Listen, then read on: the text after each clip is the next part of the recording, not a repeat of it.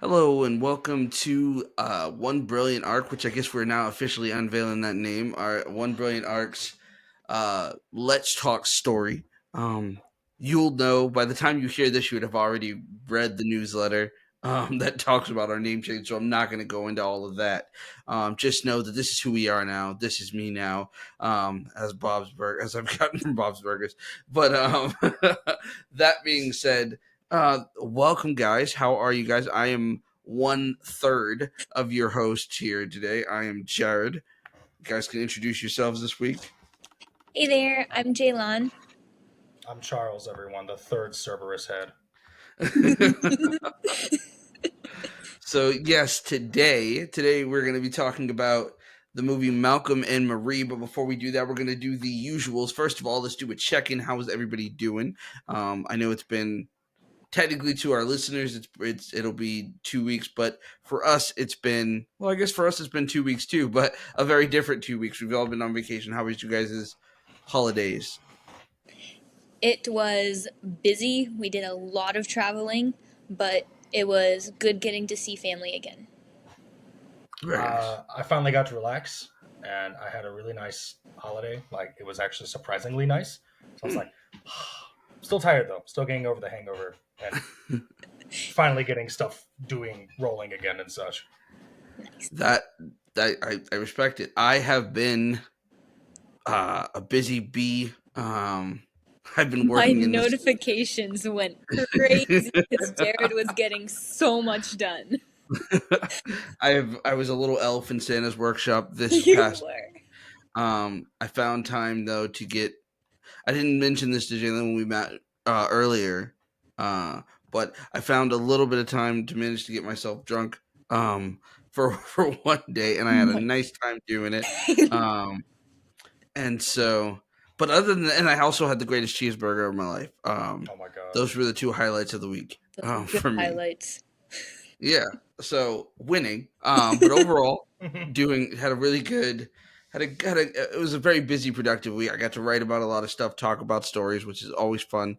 And I will say this: the amount of articles that I wrote was great, but if I had been writing about anything other than stories, I think I would have ripped my own head off, because it's a lot. But writing about stories has been fun. I like talking about them, writing about them, and stuff like that. So we're gonna get into that here today and doing the thing we usually do.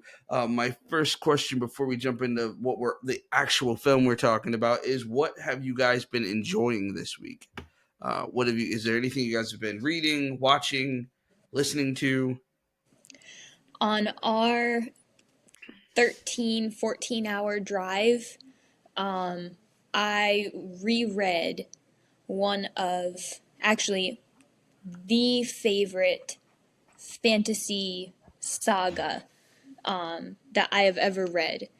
It's called the Wingfeather Saga, and I am in love with that series because it is amazing fantasy world building. It's such easy reading because it's for young kids all the way up to adults. It's so fascinating. It's a beautiful story, beautiful, heartwarming characters, edge of your seat action, and the plot twist at the end is enough to send your entire world reeling for weeks on end. I walked around in a daze. So I I took the time, even though I have a gigantic TBR list, I took the time to reread that one because that's always a good time.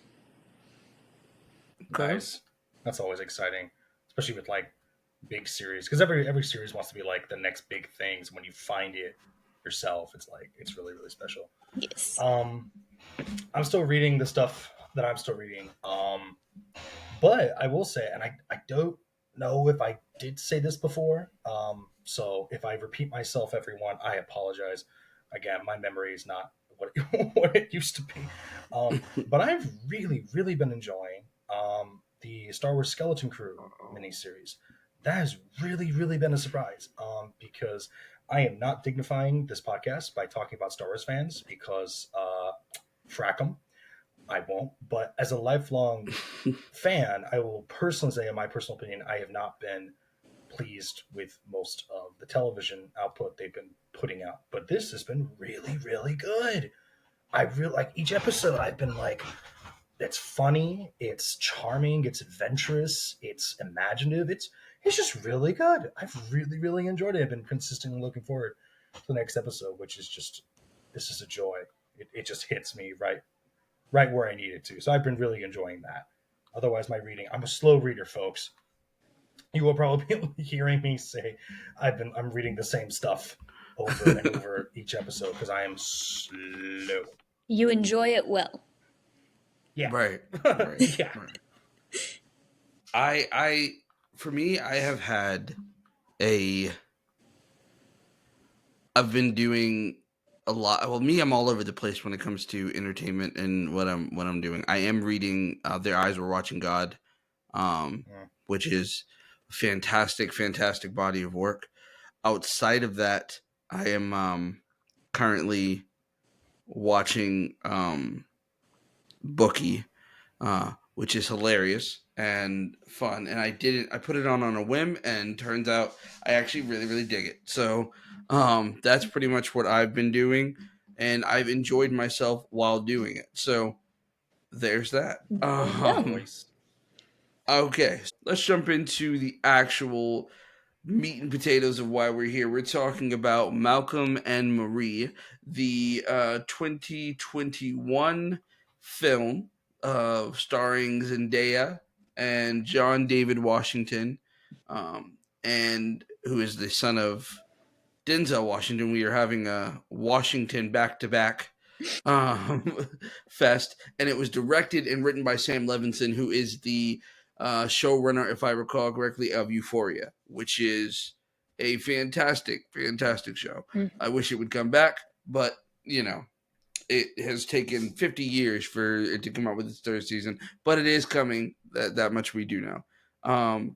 So talking about that, it's basically a conversation. The movie itself, just for those who have not seen it, is basically a conversation or an argument between a couple that are together after um, a night out at a award, not an award, sorry, but a movie premiere situation. And so it's about an hour 45 minutes of an argument between these two people. And I know that does sound crazy, but it is relevant. Now, one thing you will learn about me is I'm a huge fan of the chamber film. I do like, and for those that don't know, chamber films are just films that take place in one location, usually have very limited um, crew and cat, and less about crew, but limited cast.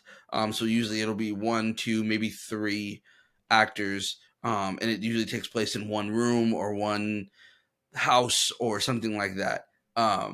And so I love films like that because I find them incredibly creative to be able to create something that keeps you engaged for a long period of time, but keeps it in one place. You don't have to rely on crazy visuals or um, all of that other kind of stuff. You can just focus on what's being said in the story.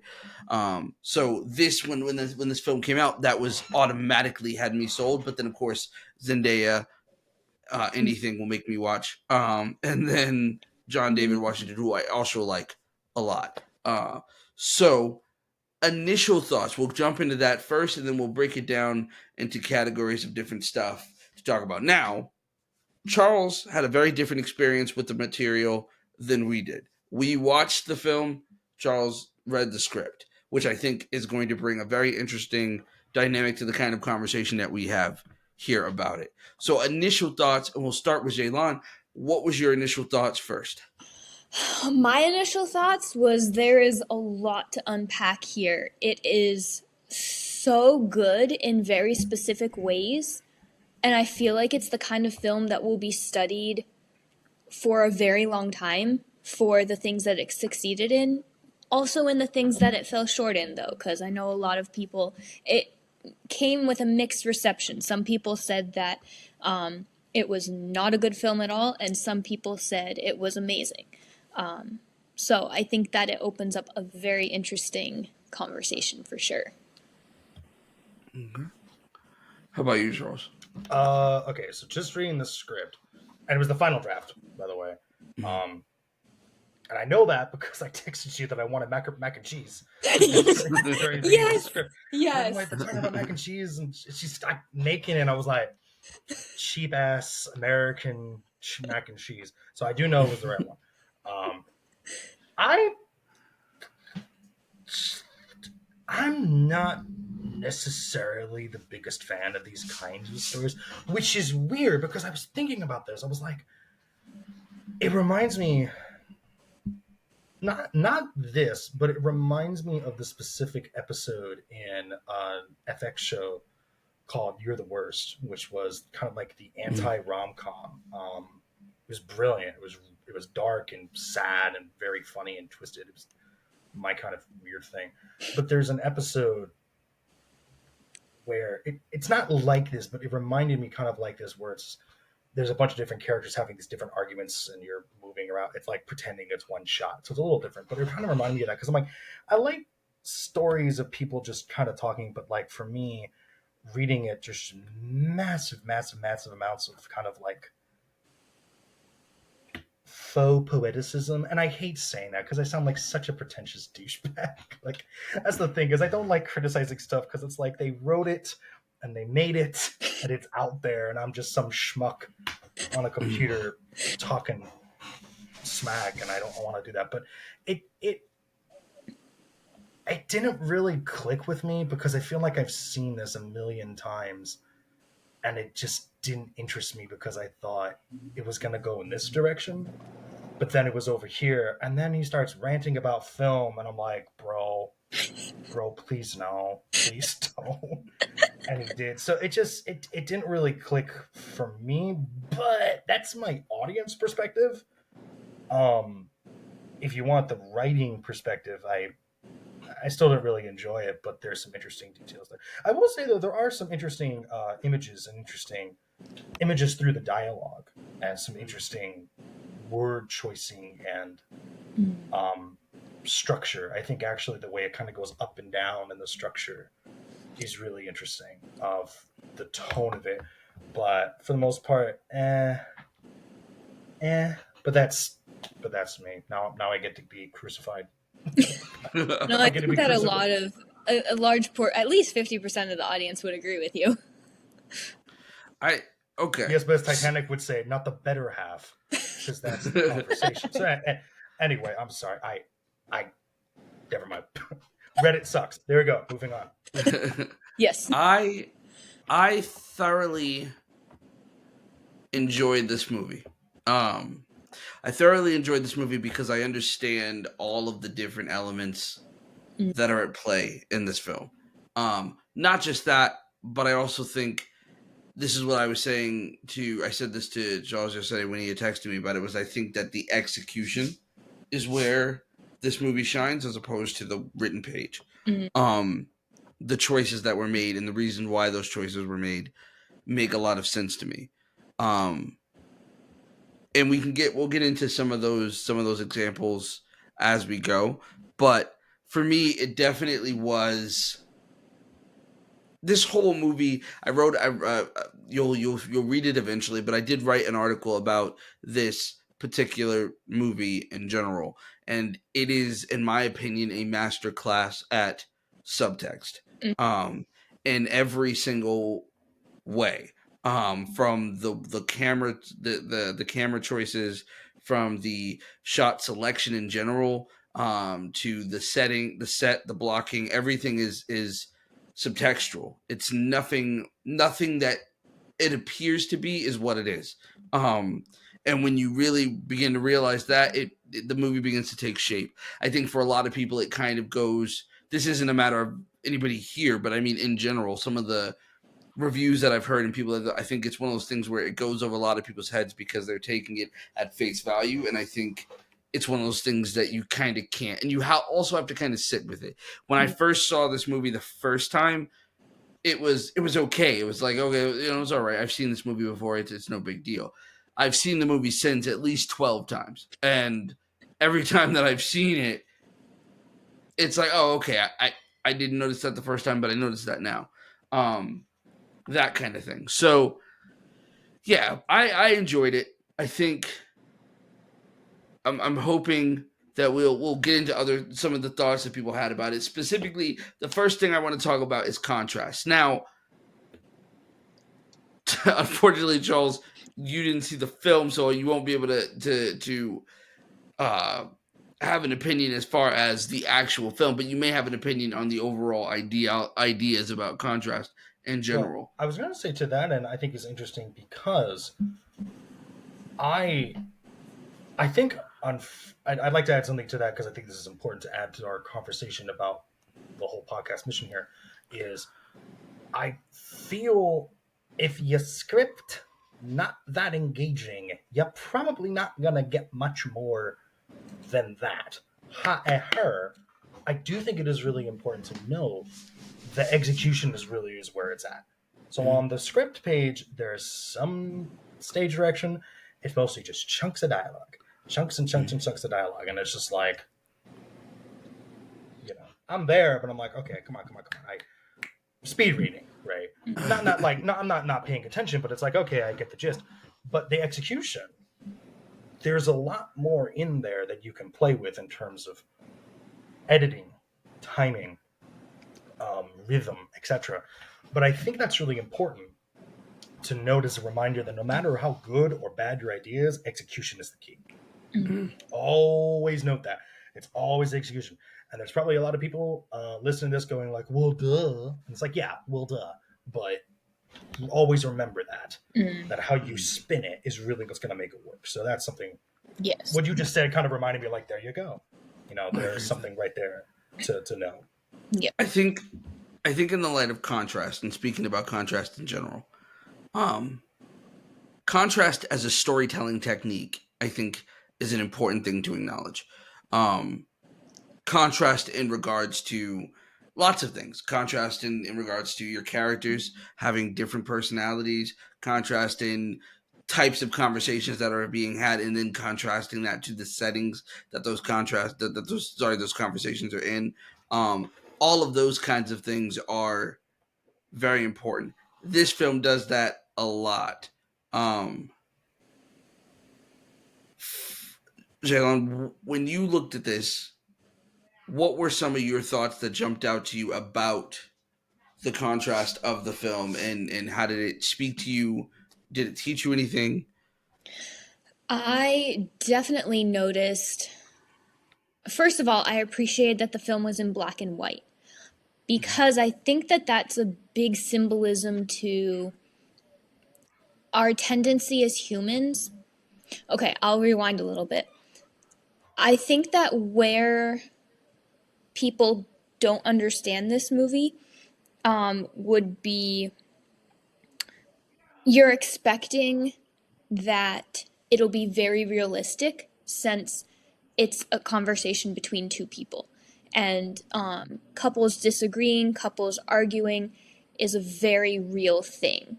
But when you have a script that is, as Charles said, like kind of waxing faux poetic, like that is unrealistic. People don't speak like that in real life usually. But the emotions and the psychology that was behind those words was very realistic.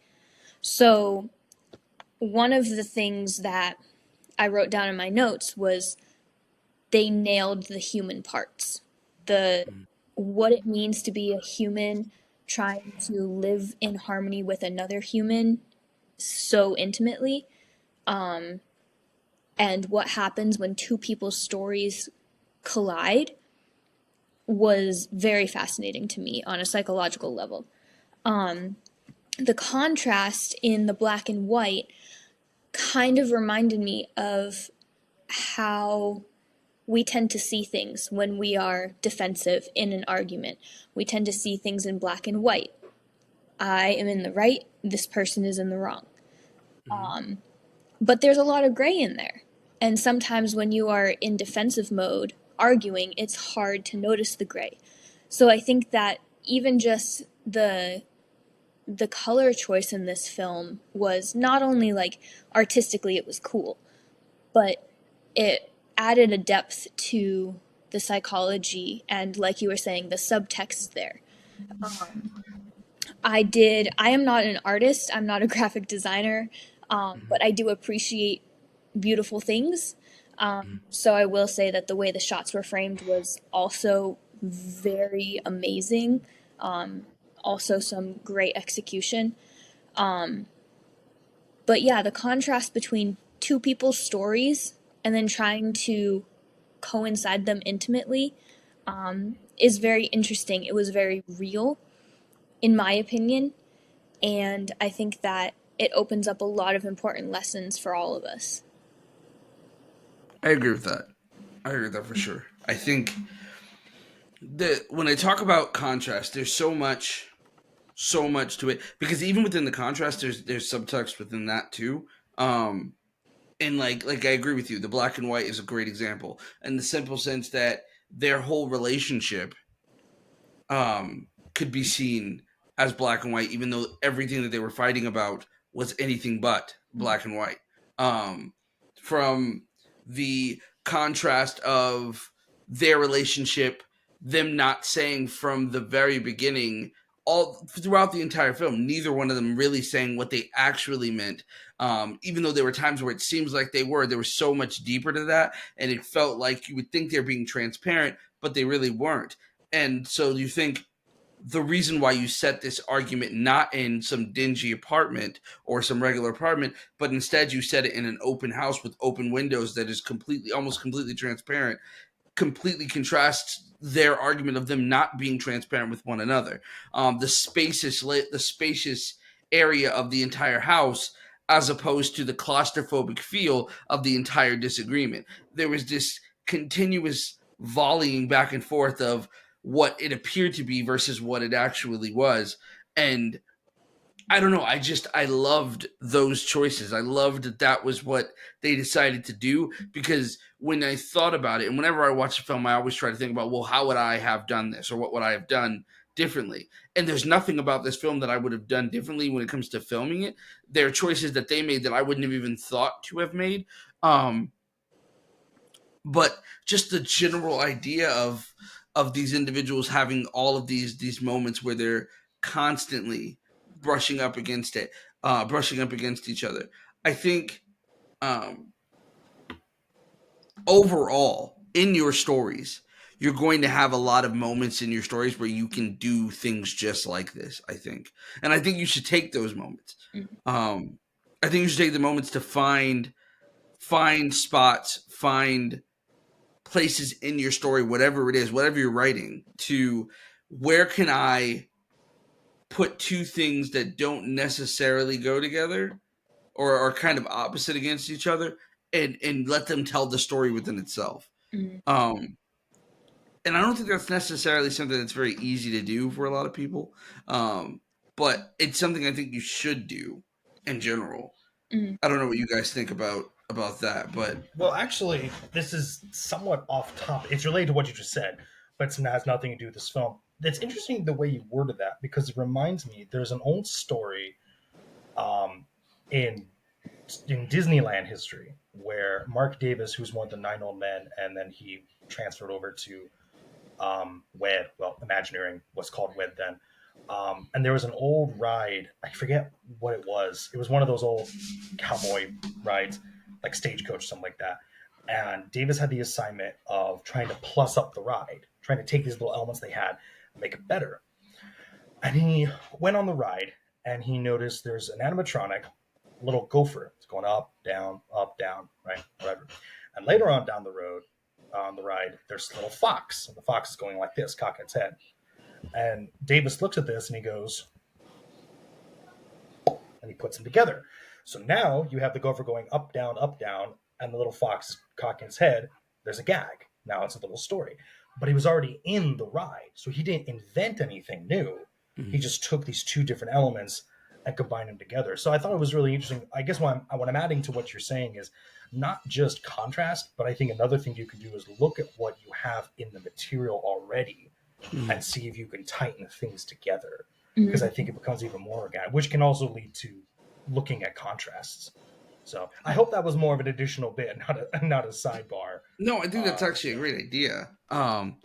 Because that's the other thing. Punching up what you've already got is a great thing because you can, like I said, you can have a conversation. You can have a scene in your story where two people are interacting and they're interacting in a specific location. Just switching them to a different location, that's drastically different. In one of my articles I wrote about the idea of a couple that's considered the happy couple throughout the story, putting them having a breakup at a carnival is a great contrast because the outside world is perfect, happy, great, but what's happening internally is anything but, and that's exactly a reflection of their relationship. Things like that you can do, and it's easy. It doesn't require you to rack your brain for days on end to try to figure out. Well, I've already written my story, now I have to go back in there. Now I have to start over and do it differently. No, you can just use what you've already got. So I like that. I like that idea, or that perspective. It's helpful. The next category I think we should talk about is telling stories with simplicity. Um, this overall story is a very simple story. I think that stories in general inherently don't have to be complicated. I think, to be honest, all stories are rather simple. They have complex execution, I think, but as an art, I think they're they're generally simple things. Um, Especially when you get down to like the universal element that ties it all together, or the universal conflict. John Truby of Anatomy of Story and Anatomy of Genre says that he calls it the design principle. Every story has a design principle, and it's really just one sentence that defines what the story is. So all stories are really simple, but then we have people that really overcomplicate it. I think most stories bomb because people make them overcomplicated and make them way more complex than they need to be.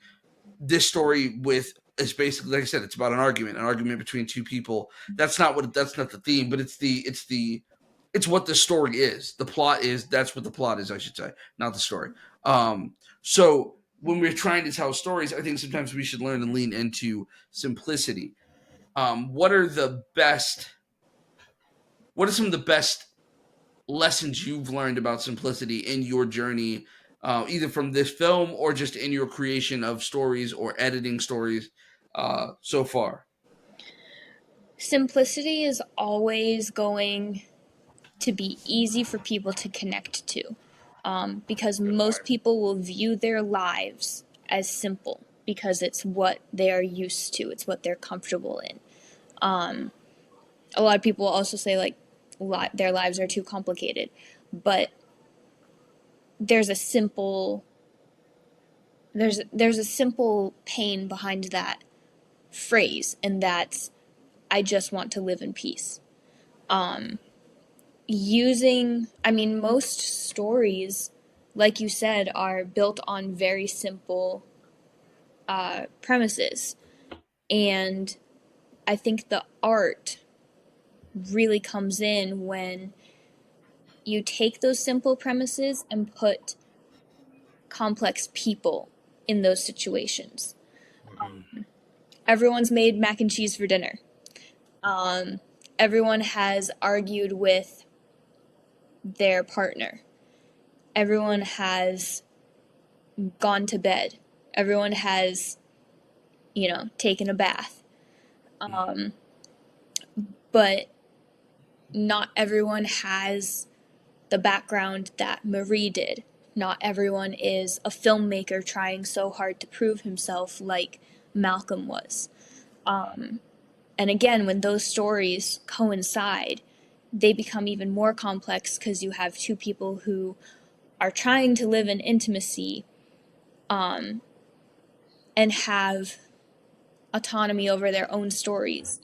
But when you coincide, it's kind of harkening back to what we were talking about last week, where you kind of can't escape mimicry in your storytelling because everyone that you meet becomes a part of your story. Everyone in your life becomes a part of your story naturally. That's the way it's supposed to be.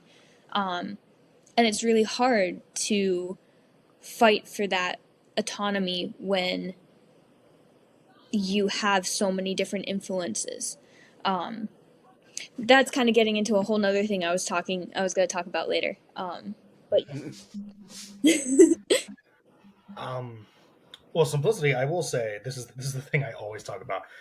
Oh, look at the works of Genndy Tartakovsky. That man's work. This is Samurai Jack, Dexter's Laboratory, Primal. I mean, basically, if I worship the ground that man walks on, but his work is a masterpiece of style being the substance and being the most simplistic elements. Another this is such a weird example, but also another really good way to make something simple really great are really good cartoons. So, for example, there's an Animaniacs episode where Wacko just has to go to the bathroom and he cannot find a toilet. That's the gag, right? But and it's like, well, that's how do you? Because it's kind of funny when you think about it. You're like, okay, that's funny, but how do you make that interesting? And it's you use your imagination to make that simple premise more of like an epic in the way of like, you can't go over here because of this, but if he does this, he's got to do this. Da, da, da, da, da, da, da. But something I actually did think was interesting in this movie, something I did like about this movie, was the fact that it was exhausting and annoying, and I was really glad when the script was over, but it was not boring. And I thought it was not boring because it used a real world kind of timing. So, like, mostly it's a conversation, but how do we move through the night? So I thought the appearance of the film review, which, yes, did lead to the most obnoxious part of the script for me, but it really worked because that was a nice surprise. It was going, oh, what happens next? So it is a simple premise. It's a simple structure, having a conversation after this major point. But to move the plot along, you can use the little things. Basically, it's both of what you said. Use what you have inside the house, but also relate to what you do in this house: cooking, bathing, sleeping, internet, and also the little details. Like, actually, something I thought was really something I personally thought was more revealing for Malcolm, more than these, you know, author insert treatises on the film industry or relationships or anything, was the fact that he doesn't have his credit card on his phone. I don't know why, but I thought that was such an interesting idea, and honestly, it's something I related to because it's like, no, because I don't want that to be somehow accessed. And there was something about that I thought was interesting in terms of simplicity. So basically, not only is it okay, here's the film review, but now you can make it emphasize of what are the details of it. So I guess the idea I want to try to say is you can have the simplicity of what needs to happen, but it's the getting from point A to point B that can be the little interesting details of showing character. Because it's like you said, Jalen, it's like people relate to simplicity. At the end of the day, that is really what they're going to relate to. It's how you can build from it that makes it really special. And for me personally, what I've really learned, and I think I said this last episode too, is that there's so much you don't need in a story. There's so much you don't need for characters. You can write your giant book of a backstory on a character, but at the end of the day, metaphorically speaking, your character is only going to be on stage for what, 20 minutes, 30 minutes of your 2 hour, 2.5 hour stage play. And what I mean to say is that that's the only thing that your audience is going to see, going to read. So it's great to have those backstory stuff. That's fantastic. It's good. It's good for you to know. It makes it more real, etc. But the simplicity of it is the boat. Now, what happens on the boat, that can become interesting. But in terms of sailing, though, keeping things relatable in that sense and point A to point B is, I think, how you can build more interesting stuff. But honestly, I think you said it better than I did, Jalen. So Well, you're touching on so many things I wanted to talk about, all falling under the umbrella of tension. I feel like this story is such a study on tension in so many different levels. I feel like they did some good things, some bad things. So I really love to talk about tension in this story too. Yeah, we should talk. Let's talk about it. Let's talk about tension. I'm okay with that.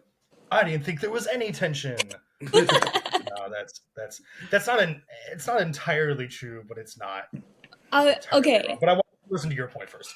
Well, I'll start with one example that you probably, I don't know how much you appreciated it from the screenplay, but at the very beginning, when Marie is making mac and cheese in silence and saying everything is fine, everything is fine. And Malcolm is pressing, saying something's wrong, you're not telling me. There's a tension there, and the music in this film was such a big part of the subtext. Very masterful. But using the music and also using John David Washington's acting to build that tension in the scene where he just repeats her name. He says, Marie, Marie, Marie.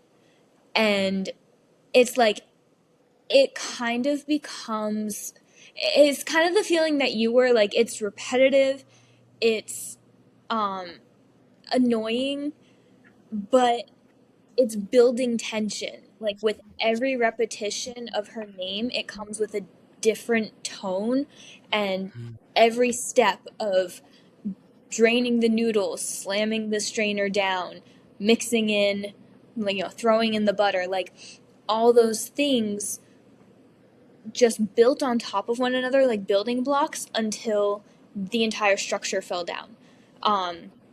And that was one example of how they built tension really well. And I feel like they did that throughout the entire film at times, but like you said, Charles, it was very up and down.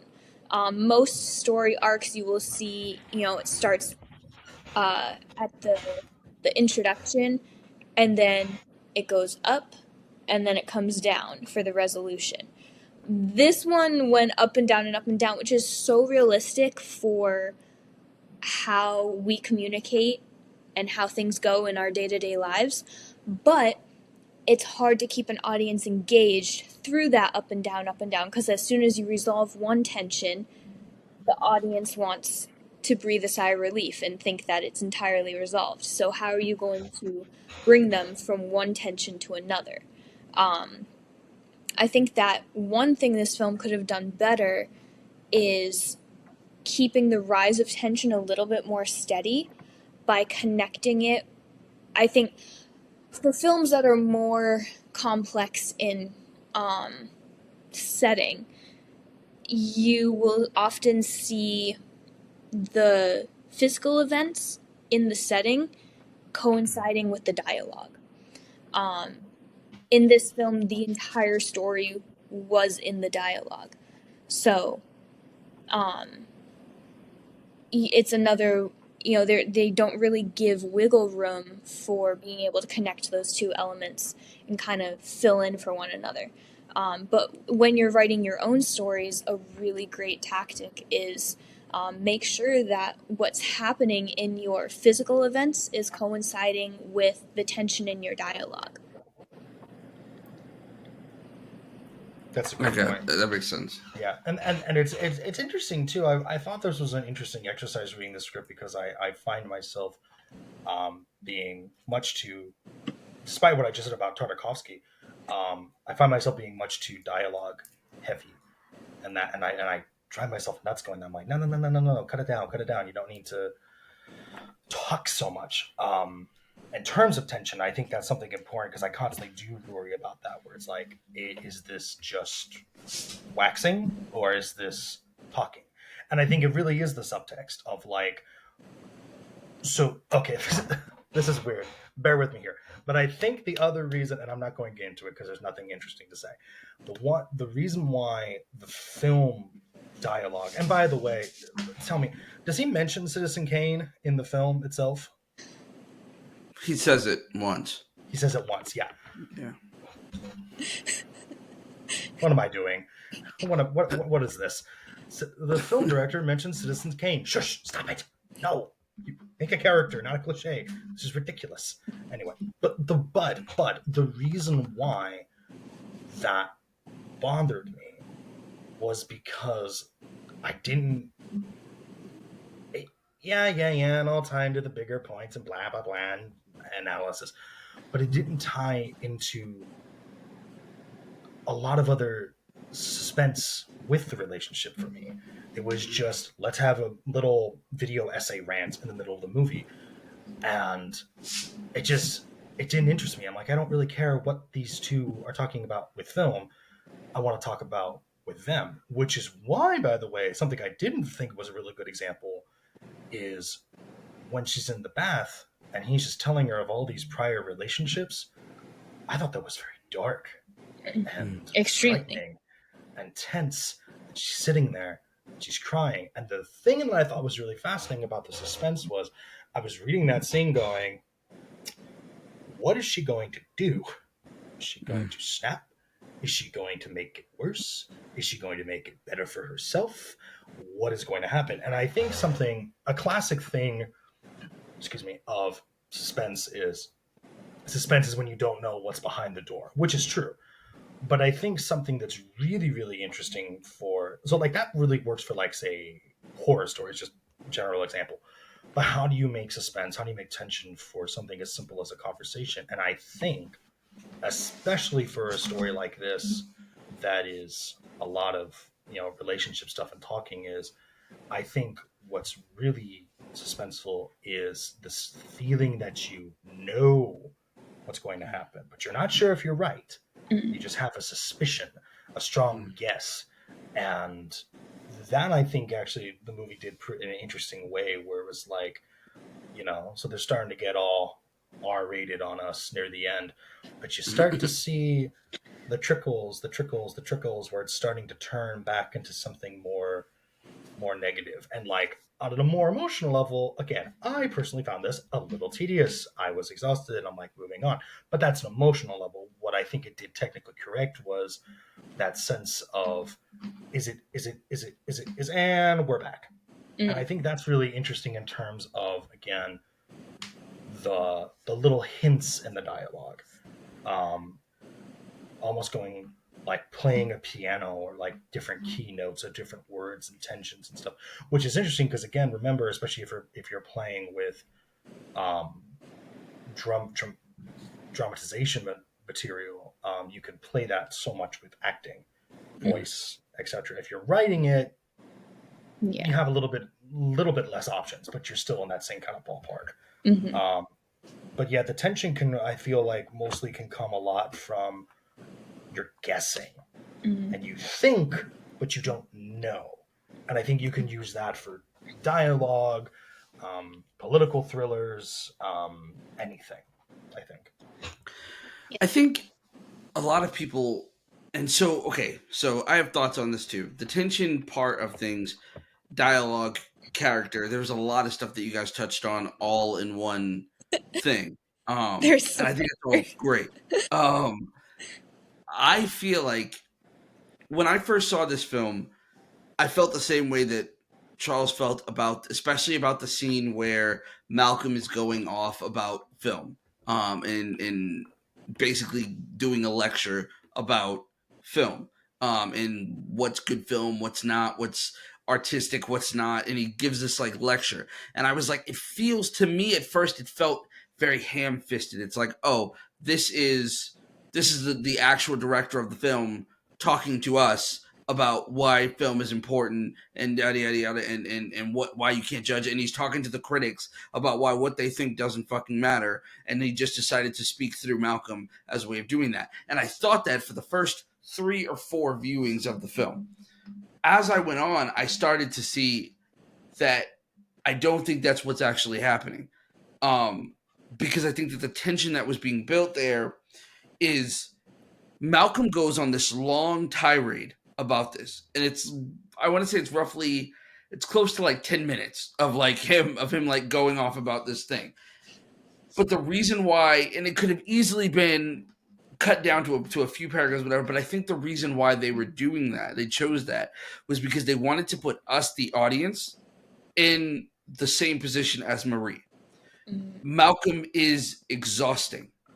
Everything that he talks about, he's self-absorbed, he is wrapped up in himself, and he drags on the point. He uses a $5 word when a $2 word would have worked just fine. That is who Malcolm is. And that long-winded monologue that he goes on is purely supposed to be exhausting. It's supposed to make us be like, shut up, bro. Like, we don't care. It doesn't matter. We're supposed to feel that way. If you felt that way, you were supposed to, because we're feeling what Marie feels in that exact moment. Even though Marie doesn't let it on with her face, she doesn't like visibly get upset or angry or anything like that. But and that's kind of the whole point of this film. The whole point of all these different argument points in the movie, you're consistently put in. You're not just watching a film and watching an argument that you're not supposed to be a part of. You are in this argument. You are here for this argument, and you're going to feel every element of the argument. You're going to feel that moment when Marie is crying in the tub, wondering, is she going to flip out? Because you're feeling, and I think the big reason why this movie can be exhausting is because you aren't just feeling one side. This story isn't Marie is the protagonist and we're just watching her side of the story. We're getting both sides of the story. So when Marie is about to blow, or we think Marie might blow, and she's crying, so you have that level of, I'm laying into this woman, and I'm going down all of the stuff that I've done. I'm hurting her in every way possible because she hurt me and I want to hurt her back. But I feel like she's going to blow up at me. So you have that feeling in yourself as a viewer because you're feeling like Malcolm in that moment. But then you're also feeling like Marie because you feel like you're being attacked by everything that he says. It feels painful. And then in that moment, like I said, back to that moment of that long tirade, you're Marie. You wish he would just shut the hell up, and you wish he would get it over with and move on with the point. I think the point of him bringing up Citizen Kane, all of that was meant to be purposefully annoying, purposefully pretentious, purposefully arrogant, and it all. I think it was all intentional, and I think that as a like I said, with the express purpose of putting our audience in the position of feeling every single moment. And a lot of times I think when we watch films, when we read things, we assume that if we don't emotionally resonate with something, if it doesn't make us feel good or sad, we are, or it doesn't make us feel even angry for the characters we're talking to, it's not making us feel anything. But sometimes we're supposed to we feel what a certain character may be feeling, and that's the magic of film. That's the magic of story. Is that you don't have to have written it. You don't have to have experienced it. You can watch it. You can read it, and in that moment, you understand what somebody else is feeling, what somebody else is thinking, because you are feeling it right while you're reading it on the page, not hours later. Even though that may be a fact, not, and sometimes not even because you've experienced it. I've been reading, as I mentioned, I've been reading Their Eyes Are Watching God. I have never experienced being a black woman a day in my life. But in the moment of reading this story, I understand her struggle as best I possibly can. I get what she's saying. And the moments where people are beating her down and tearing her apart, or judging her, or having rumors and gossip, and when her life is stripped from her in the sense of who her autonomy is stripped from her, I understand that on a visceral level, and it's only the words. It's not from my own personal experience. I just get it. And in Malcolm and Marie, that's the same thing. It's not supposed to be, oh, I love it, this is amazing, this is a work of art. It's supposed to be, fights suck and they're messy and this is annoying and it's frustrating and I wish we weren't fighting and I wish we would get to the point, and I wish it's supposed to be filled with all that. And I feel like you feel that every single step of the way for the 105 minutes of this film. That's what I think the point was supposed to be. And I feel like the tension that's built all the way through it. And I agree with you. There's a lot of tension scenes. The mac and cheese scene where she talks about how he's verbally abusing her while stuffing his face with mac and cheese. Humorous as it is actually pretty accurate the way that it does, the feeling of it. And when I first saw it, my thought process was, oh, I'm watching a fight I shouldn't be watching. Mm-hmm. I'm a witness to something I shouldn't be a part of. And then suddenly, the more and more I've watched it, I've come to the realization I'm in this relationship. I'm in this relationship with these people. Um, I feel taken advantage of. I feel taken for granted. I feel ignored, and I feel that there's an ungrateful nature to it.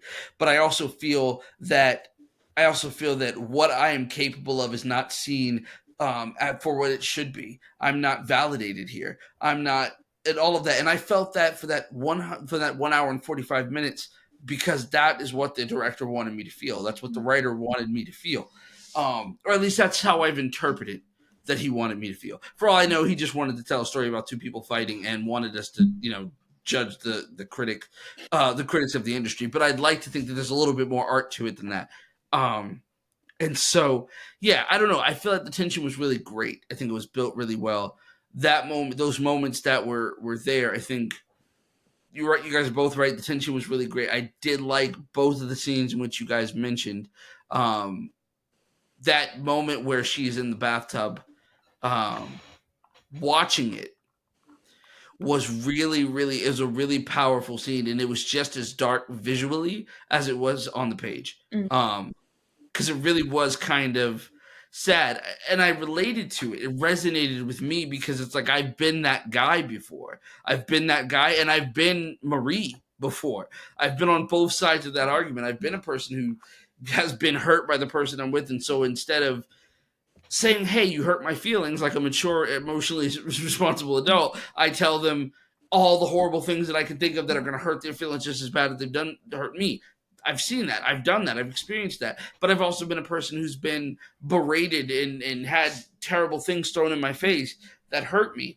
So I understood that. And that's sinking under the water when it's all over, because really that's all you can do in that moment, just felt so emotionally honest. The performances themselves all were emotionally honest. I think that is where this film shines most. More than the cinematography, definitely more than the dialogue and the story. The performances are are really what did it, and that's not exactly something you can do as a writer per se. Like Charles said, you can't really control the performance per se when you're writing, but you can definitely give material that makes performing. So if you're writing a screenplay or you're writing a play, you can write material that makes it an actor's dream to perform it. And that all starts with being emotionally honest, which is what I want to talk about next. Emotional honesty or emotional realism. Um, there's a lot of it here. And so my question for you guys is, how do you try to find and mine the emotional honesty or emotional realism in your stories or in stories that you're editing? How do you mine that, and then if you find it lacking, how do you bring that out?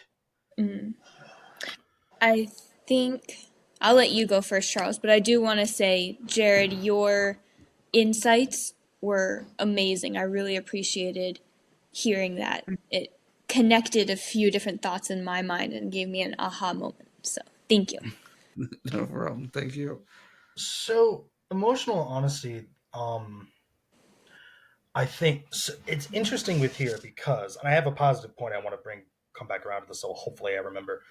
But for me, reading the script, this is my contrast, and again, everyone can crucify me and all that, whatever. Do your worst. No, I'm kidding. I don't actually like to be crucified, but I didn't get a lot of that from reading the script. I thought these were just a bunch of rich LA devotee people having this argument, and I've been at a stage play like this that was better. I've seen stage plays, read scripts, comics, cartoons, books. I've seen good ones, bad ones.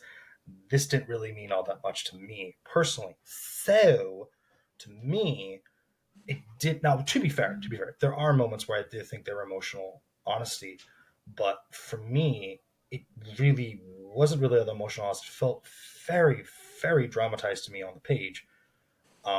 Very theatrical and not necessarily the best way. But to that end, why I felt it was it didn't feel, and I think Jalen, you mentioned this before, it didn't feel a lot of times to me like how people talk. This felt like a film camera was in front of the characters. That's what it read like to me.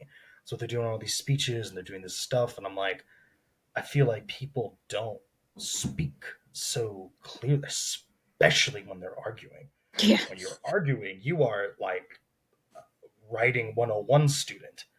And that's kind of the vibe that I was sort of getting.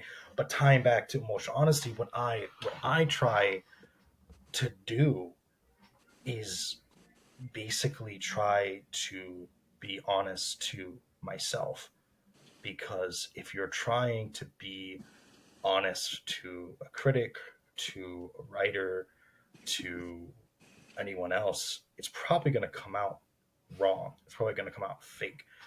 And when I look back on something I've edited, I can tell if I'm trying to get that little blurb on the back of the published material or something, I've screwed up.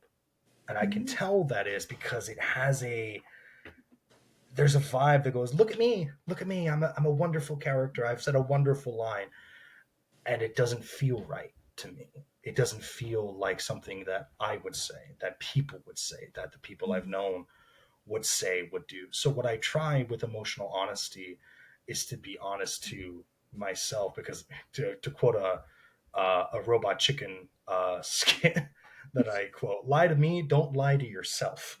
Mm-hmm. And so that's kind of a thing that I try to pursue with emotional honesty, is that you don't you don't have to cut yourself and bleed all over the typewriter necessarily to be emotionally honest, but you can't lie to the typewriter about how you're feeling and how you see the world. Um, which I guess if you'll give me a moment to jump off of Jared's point before, so I don't forget, which is why I think it's interesting, by the way, about all this, that I didn't really feel as positive reading the script, is here's a really good piece of advice for people. Um, there, in this scenario, there are a lot of Jareds, and probably a lot more Jareds than there are me's. And I say that in the sense of, if you're being honest to yourself, I think you can sleep at night. Even when there's a bunch of people who go, no, it's stupid, no, it's pretentious, and blah, blah, blah, blah, blah. Or, someone like me comes along, with a negative or not so positive reaction, which again, I hate saying that, because it's like, I feel like it's a real person who wrote real something. I don't want to be mean. Um, but if you're honest to yourself, I think you can sleep a heck of a lot easier. And who knows, there are people that will defend it. And I think that is just as important Mm-hmm. to keep in mind. So that was just something that kind of occurred to me, that like, there are a lot of things that will work with people, and there are a lot of things that won't work with people. And that's okay. Mm-hmm. It's okay. And Lord knows I need to learn that myself. But I wanted to tack on that before I forgot.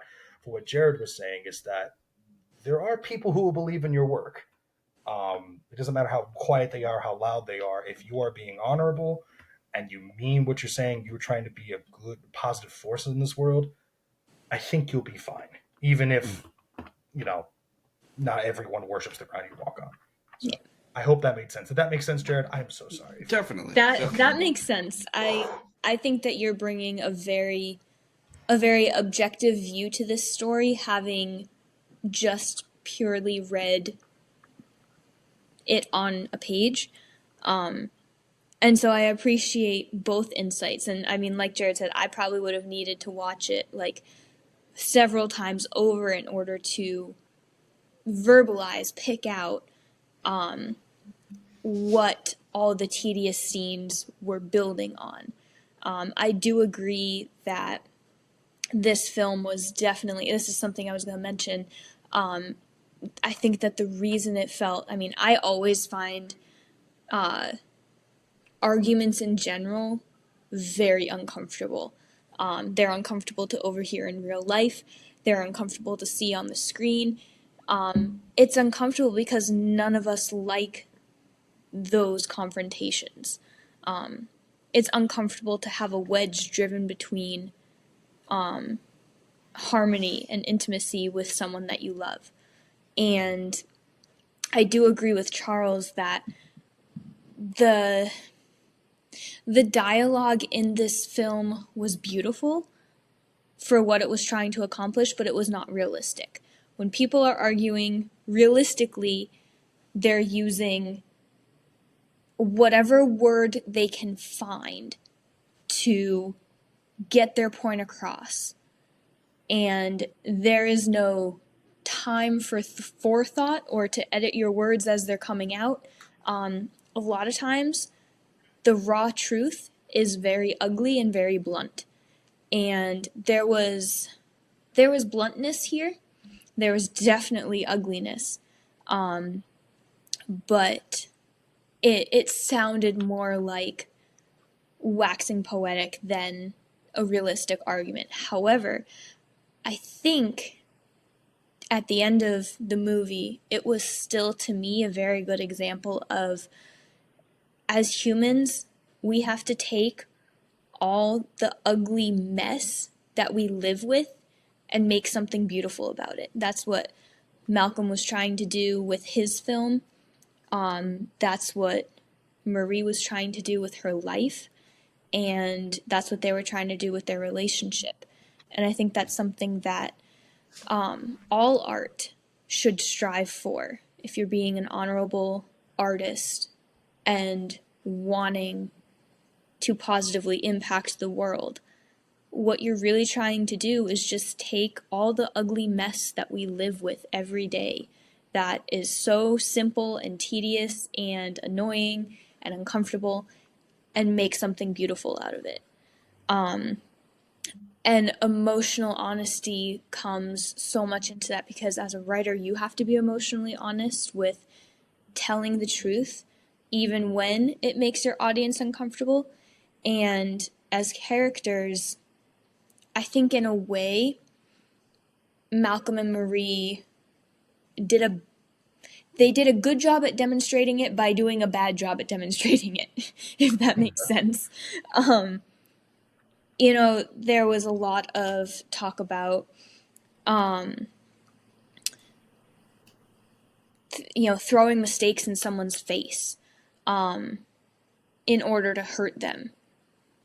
And that kind of, I think paradoxes are a really powerful story technique.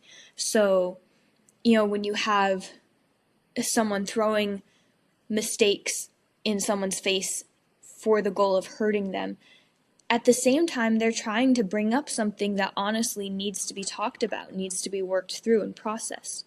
When you have, these two characters fighting, it seems like they're fighting each other. But really, underneath it all, they were fighting themselves to find their own self-worth in themselves and not in this other person validating them. So I think those kinds of paradoxes contribute to the emotional honesty because emotions are never simple and there's always gray in between the black and the white. I feel like I don't know. I feel like I'm the one. I'm the one wearing the Malcolm and the Marie T-shirt for this podcast episode, and that's fine. I'm okay with that. I'm okay with that. I am. There's a few things though. I would say I disagree. I disagree with a couple things. One, I do disagree. I think you should cut yourself and bleed all over the typewriter. Oh, you do, but it's not the only thing you have to do. No, definitely not the only thing. I definitely think emotional realism. I also disagree with the statement of how people argue. From my perspective, because you're right. I do think in the average argument, people do typically do that. However, as a person who has been out and about with a partner, and that partner does something that pisses you off, and you stew on that thing for hours and hours and hours on end, and you've had that conversation with them in your mind already, Mm. there is a level of clarity that comes when you are confronting them later. Now, Malcolm, on the other hand, is a little bit different, but I do feel that Malcolm's conversation, Malcolm's delivery is a little more sporadic than Marie's was. Because I do feel that for the majority of the movie, Malcolm is on the defensive. He wasn't pissed off at the beginning of the movie. He didn't come home angry. He didn't come home with, at least not at Marie. He wasn't upset with Marie. He had no intention. The way his night ended, he had no idea that that was going to happen. Marie did. Marie knew that this was. She didn't plan on making it a fight, but she knew that if it did become a fight, she was ready for that to be a fight. Mm. Malcolm was unaware, and you can tell that he was unaware because the majority of the movie, he is kind of arguing on the back foot, kind of. Even when he is the aggressor, even when he is more dominant, it's still kind of a back foot. And so even some of the dialogue choices that he uses feel a little more disorganized than Marie's dialogue. And I simply just think that's because Marie, when I imagine how she was sitting in the audience and pissed off because he didn't thank her, and started thinking about all the other aspects of the relationship, how when she talked with Taylor, I think her name was Taylor, the other actress, and she talks to her and she says, she does, don't read into it. Don't read into it. I imagine Marie was thinking about how this could have been me. This should have been me. I should have been playing it. This is fucked up that it wasn't. And all of those things were in her mind. I have been, like I said, I've been that person who comes home from a situation, and the whole time you're in the passenger seat, you're playing over in your mind all the shit that's fucked up about what this other person did and didn't do, and all the things you want to say to them about it. And so to me, it felt like two very educated individuals having a conversation, one who's been mulling over the idea this entire time, the other who's doing his best to, one, not be outdone, because that's not Malcolm. Malcolm's not going to be outdone, so he's not going to let the clear-headed, because even if you look at the way that Marie argues in a very clear-headed way. She's very matter of fact. She knows exactly what she has to say. She's incredibly intelligent. So when she fights, especially to borrow from Batman, with a little bit of prep time, she was ready for this thing, and she had that. When she came up against Malcolm being the arrogant, not to be outdone, there is nothing bigger in the world than Malcolm, he's going to find ways to beat her up with his own intelligence. And I've seen people who are like that. I used to know a couple who one of them was, the power dynamic was drastically out of balance, and one of them was far more intelligent than the other, and in arguments, deep arguments where they were going at it, he would beat her up with his intellect. And it would seem like, to me, it would always seem like, the way you guys describe it, it would seem like it was a play, like he was on stage whenever he was arguing with her, where he was giving the performance of a lifetime. But it was really just because he was narcissistic and really intelligent, and that just made sense for him.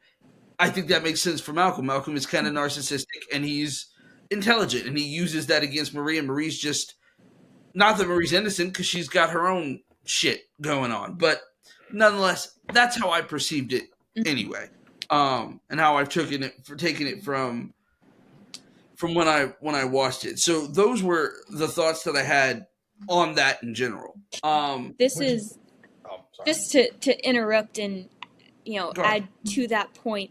This is a really good example of your story is going to affect different people differently based on their life experiences, and that is a good thing, because that means that your story is hitting the mark and touching the people that it needs to touch.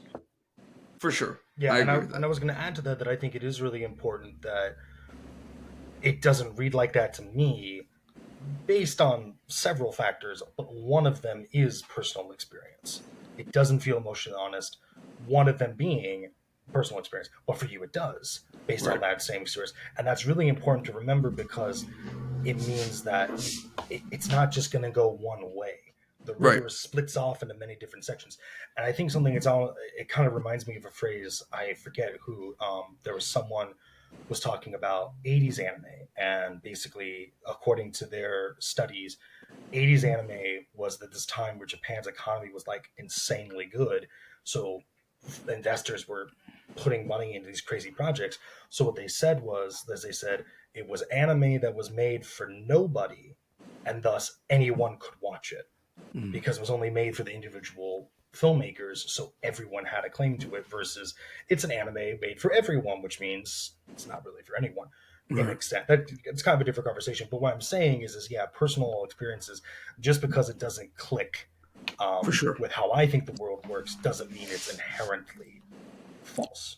Which is And something, that's the whole point of story in general, right? I mean, and is criticism as well. By the way, right as well. I agree with that. But I think that overall, the idea of good story is the ability to recognize that not everybody's story is going to be for everybody, and because um, this goes back to the idea of worldview and empathy and learning to teach it. I think that a story, I believe this wholeheartedly. It's my philosophy on storytelling is that every single writer in the world is a teacher of empathy. Our job is to teach other people how to see worldviews that are strange and foreign to us. And sometimes it's going to resonate and sometimes it's not. And that's okay. I would say, as far as emotional truth goes, emotional resonance goes, for me, I always do the same things you guys have talked about. I try to pull from my life, the things, the experiences that I had. If I'm allowed to slightly plug my debut novel, which is we're working on at 1 Brilliant Arc, the the basis of that stems from my personal resentment and anger and frustration and abandonment from my brother joining the military. Um, and that those feelings, that emotion of losing one sibling and fear of doing so, and willing to do whatever it takes to make sure you don't, comes from a very real place of where I was. Um, my whole thing is if I have not experienced it or experienced something like it, or know someone who did and therefore experienced it secondhand, I don't write about it. I don't put it in my story. I don't write things that I haven't been to. That's not saying, oh, I've never been to space, or I've never fought a dragon, so I shouldn't do, like, no. But the emotions that come with what happens when you fight a dragon, or the emotions that come with what happens when you travel through space. Have you felt those? Because if you felt those, then you can write that experience. Everything else is technical stuff, and technical stuff can be researched. Emotions can be researched from a scientific level, but you can't research how something feels other than feeling it. Um, so when you're writing your stories, I think you really have to kind of just mine your life, mine your experiences, mine the experiences of other people. Secondhand trauma is a thing, and you can use that for your stories.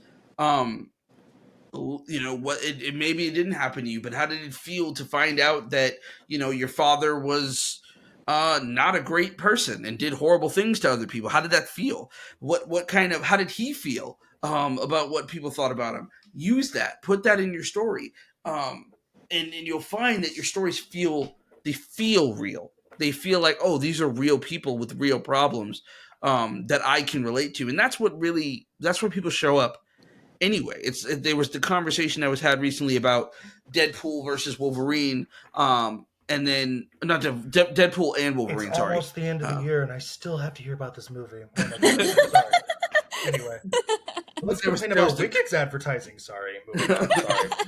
Forgive me, audience. Forgive me. I'm sorry. Anyway, There's Deadpool Wolverine, and then they were talking about that compared to Monkey Man, and how Monkey Man is better for the story ecosystem than Deadpool and Wolverine, because Deadpool and Wolverine doesn't have heart the way that Monkey Man did. And I don't know if I agree with that, simply because I personally think that Deadpool Wolverine is not. Yes, it's a cool movie with a bunch of cameos and a bunch of cool shit, but at its core, it's really about second chances and being able to redeem oneself and being more than whatever you think you can be. That's an emotional core. That's something that people resonate with. that's why people show up. It's why, regardless of what people say about, oh, MCU is not real cinema or those kinds of things, I find these things to be false because most of the time they do come with an emotional core. And I think if you truly want your stories to resonate with people, you have to start with what does it make you feel. That's how I dictate what's a good movie, what's a good book. Me personally, I've told this to Charles. I've never been a guy who's been the intellectual when it comes to analyzing films. I never, well, the theme and the this not make me feel. It doesn't do that for me. Did it make me feel what it was supposed to make me feel? And if it did, then you did a damn good job doing it.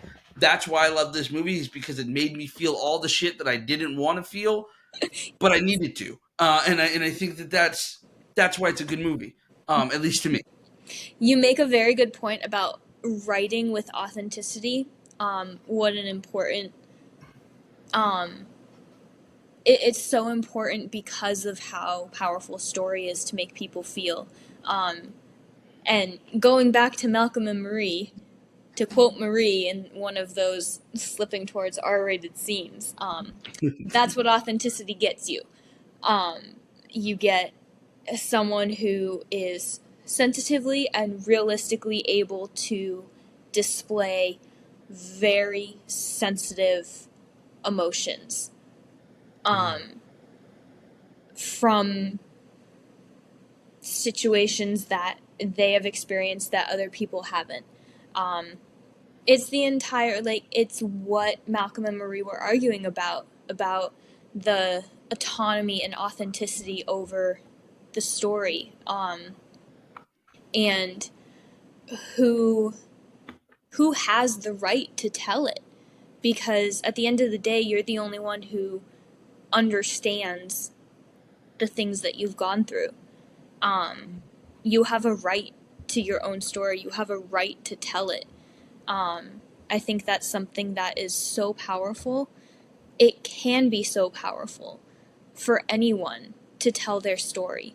And that's why I'm so glad that I'm working with all of you to be able to help people tell their stories, because there's so much power in that. Another little side note, talking about kind of going back to the tension, but also emotional vulnerability and subtext, not saying what you mean. One of the ways that the tension kept me engaged, that I think is a really great technique, was how information was revealed. So, when I first started watching it, when it was, I'm going into it thinking, okay, this is black and white, someone's right, someone's wrong. And initially, it sounds like Malcolm is right, that, Marie is just making a big deal out of him forgetting to thank her. That's such a little thing to make a big deal out of. But then it's revealed that he thanked a million other people. You're like, oh. And then it's revealed that, the other actress had come up to Marie and said, don't take it personally. And then it was like, oh. And then it was revealed this story was about my life. And it was like, oh. So just the way that you choose to reveal information through the natural way that people communicate is very powerful in displaying that kind of tension, and that the tension over the authenticity of the story. I agree with that. Also, that's a really good a good comment there, is that it's very standard theater, but that kind of reveal stuff is very good standard theater. Also, I have two important things to say, but give me just a moment, please. I was gonna say he's going dark the way I did the first episode. Jeepers creepers! It was driving me nuts. My light. I need to turn on my lamp. Sorry, lantern, whatever it's called, whatever. We got too excited talking about stories. The two things I was going to say too is that I think one, in terms of being heartless, I'm not talking about Deadpool. I'm talking about in terms like this. there are very few heartless stories out there. You want to know why? Because a real heartless story will leave you empty and cold.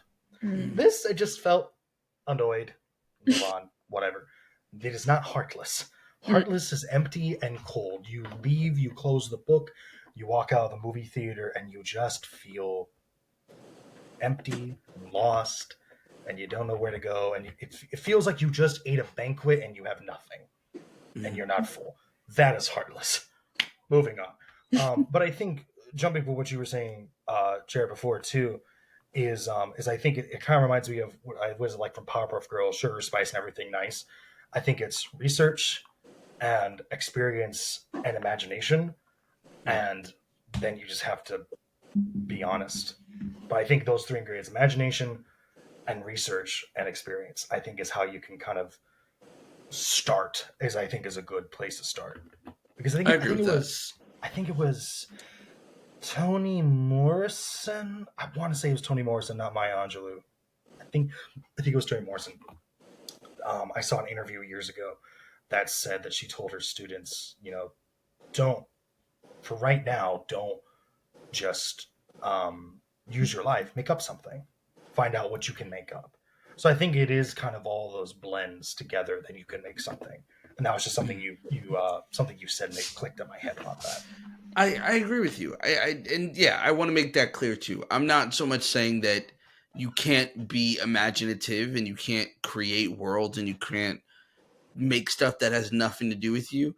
I think by that, what I mean is that the foundations and the bones of it should come from something that's you. Mm. Or some, like I said, or somebody you know, or something that has impacted you in a great way. I find that even things like, even stories where you haven't directly experienced it. I wrote a short story many, many years ago where I didn't directly experience it, but I was inspired by an experience that someone else I had had, and so I knew I couldn't emotionally put myself in the place that they were in. So I just borrowed from The Great Gatsby and allowed my voice to be the narration of somebody else's experience. So that I'm secondhand experiencing this emotion and the emotions that I imagine that person is feeling. Now, again, you don't have to be as rigid as I am about it. I'm kind of a stickler for it's got to be honest. It's got to be honest. But sometimes it doesn't have to be super honest. Sometimes it can be not honest if you really want to. I just think that it doesn't resonate as well with audiences when it's not. When people, when it's like, oh, I wrote a story about um, a young prince from an empire far, far away, and who's fighting dragons and wields magic. But it stems from a young boy who's been an outsider, who's dealing with mental illness and struggling with monsters that are way bigger, that are in his head that no one else can see. It started there, and it became a fantasy novel. That is what I mean by you can use what's inside of you, what you've experienced, what you've felt. What you've imagined. If you have anxiety like I do, I will write stories purely based off of the worst case scenarios that play off in my brain. So you can Anxiety do is a all. tool. Use it. It can be. All of it is. Life hurts so that you can write stories about it. That's honestly what it's about. And so that other people who are hurting can find those stories and say, "Oh, that reminds me of me and what I'm going through right now," which is what makes stories so amazing and why I love it and why I'm so glad this company exists and why I hope that it's able to go off and do help so many other people tell their stories and share their stories, because we're changing the world with those actions. And I know that feels so hyperbolic and cliche and those things that it's like, oh, writers are so self-important. But the truth is, it is. Story is the fabric of our very civilization. It that's the truth. Everything that exists comes from story. From religion to philosophy to politics, it all comes from story. So I think that it's important for us to acknowledge that, for us to share that. And if you are listening and you are a writer, recognize your place in the creation of this blanket of civilization, the stitches that you add to it are important, and you should do everything in your power to create some of those moments. Mm. All that being said, I think we are going to move towards the end of our episode.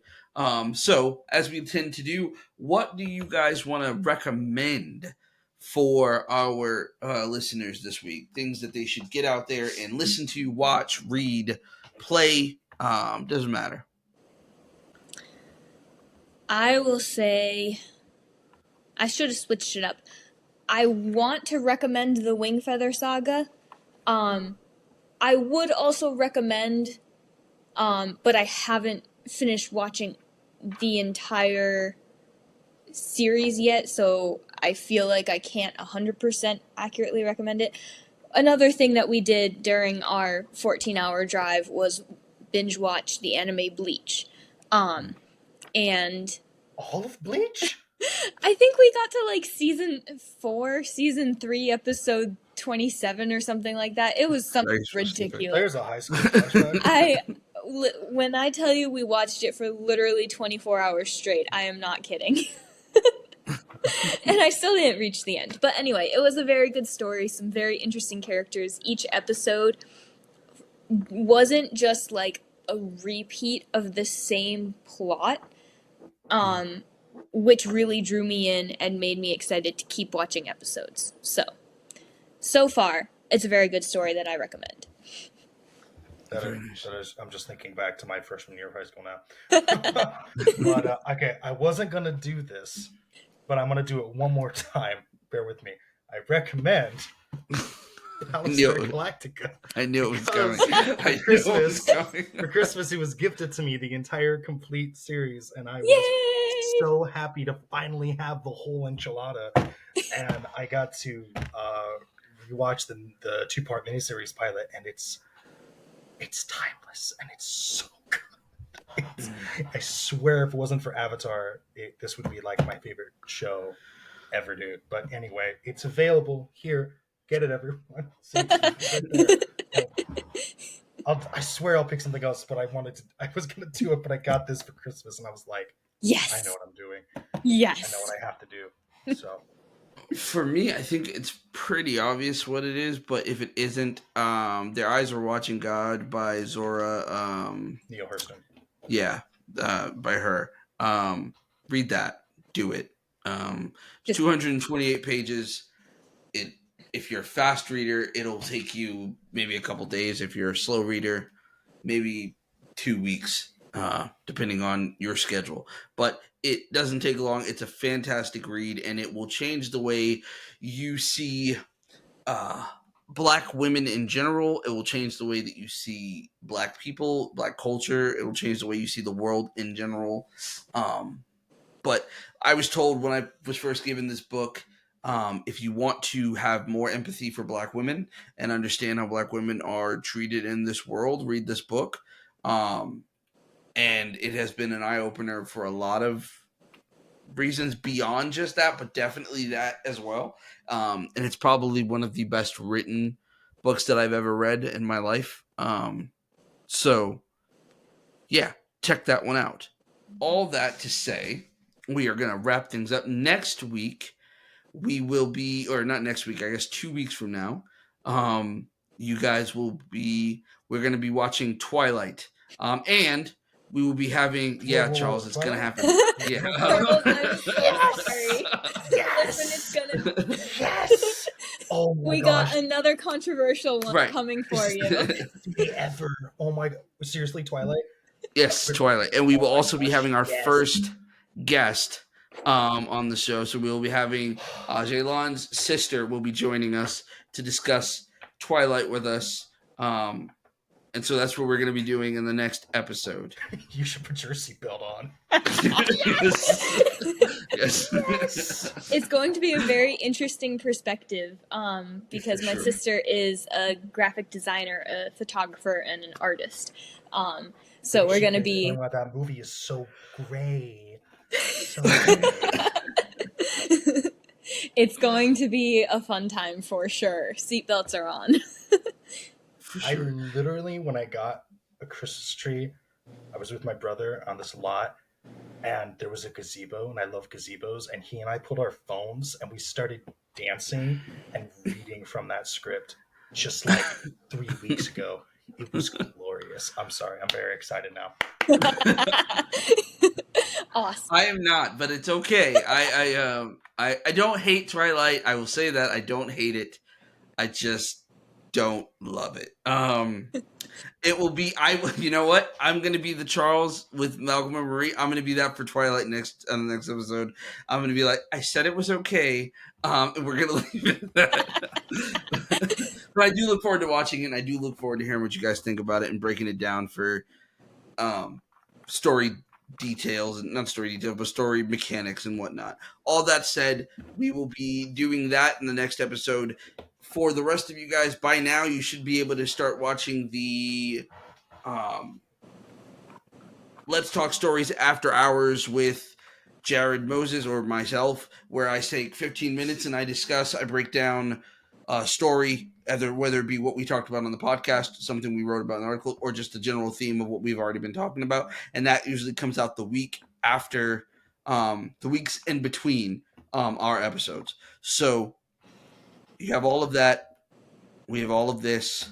Thank you for listening. Hopefully you learned a thing or two. Get out there and watch Malcolm and Marie and decide for yourself if it's horrible or if it's great or if it's just okay. Whatever it may be. Thank you for being here, guys. Thank you for talking to me, and I look forward to our next session. It was a blast. Thank you. Yeah, thank you. Take care, everyone.